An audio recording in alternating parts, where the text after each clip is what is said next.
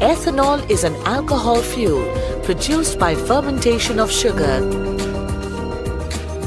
found in sugarcane, rice, potato skins, and is commonly made from wheat, corn, and sorghum. The biofuels can be produced in a number of ways. For instance, ethanol is produced using a process similar to brewing beer, where starch crops are converted into sugars. The sugars are fermented into ethanol, and the ethanol is then distilled into its final form, which can be used as a fuel. Apart from fermentation, ethanol is also produced by the process called hydrolysis, where materials that have lignocelluloses found in the tissues of plants and other organic materials are used. Biomass can also be gasified to produce biogas. Hydrogen is recovered from it and catalytically converted to methanol or ethanol. The gas can also be run through a biological reactor to produce ethanol. Biofuels have been around as long as cars have.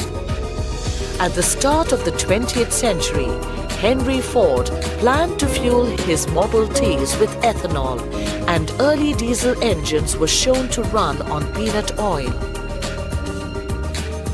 It is generally seen that ethanol-only engines are tuned to give biofuel could provide significant environmental benefits by decreasing the greenhouse gas emissions because of the fact that these biofuels are primarily derived from crops which absorb carbon dioxide. Thus, the balance of carbon dioxide is sustained and maintained in the atmosphere.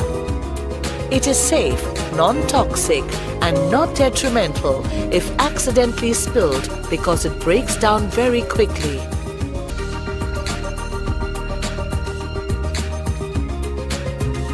The dependence of the world community on non-renewable fossil fuel reserves to maintain quality of life, sustain economic vitality, and to enable the vast transportation network is one of the most challenging problems facing the world today. Dwindling reserves in the face of rapidly increasing demands, combined with the environmental devastation resulting from global warming and acid deposition, demand the development of a sustainable, affordable. What happens in the fields during planting, fertilizing, and harvesting is just as critical as converting corn into ethanol. But for our discussion, we will only consider what happens once the corn arrives at the plant. Upon arrival at the plant, the corn moisture level is tested, and then the corn with the desired moisture level is dropped into a conveying system, which then delivers it to the hammer mill. The corn passes through a hammer mill, which grinds it into a fine powder called meal. This increases the surface area to volume ratio and thereby allows efficient release of starch from the corn. Shortly after grinding, the first enzymes are added to start the breakdown of the starch to sugar.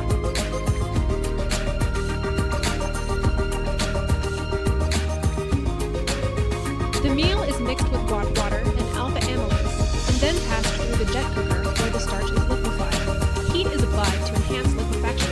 Jet cooking with a high temperature stage is used, where the temperature is typically between 120 to 150 degrees Celsius. High temperature also eliminates bacterial contamination from down processes.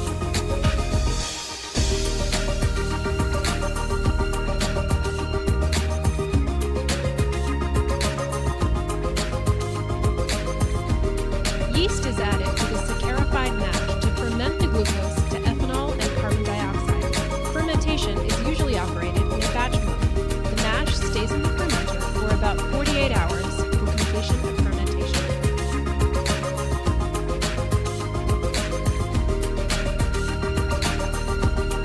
The mash exiting from the cookers is cooled down, and the enzyme glucoamylase is added to convert the liquefied starch into glucose or dextrose.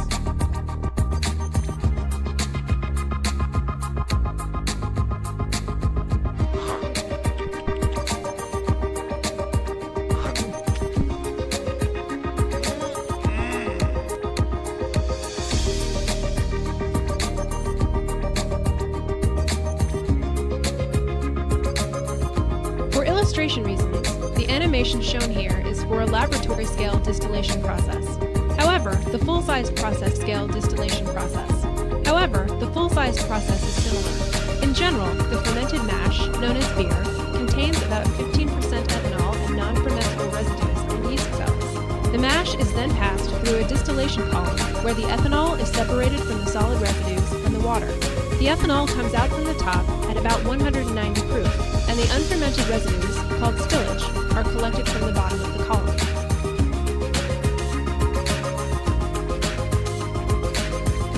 The whole stillage is passed through a high-speed centrifuge where the solids and liquids are separated.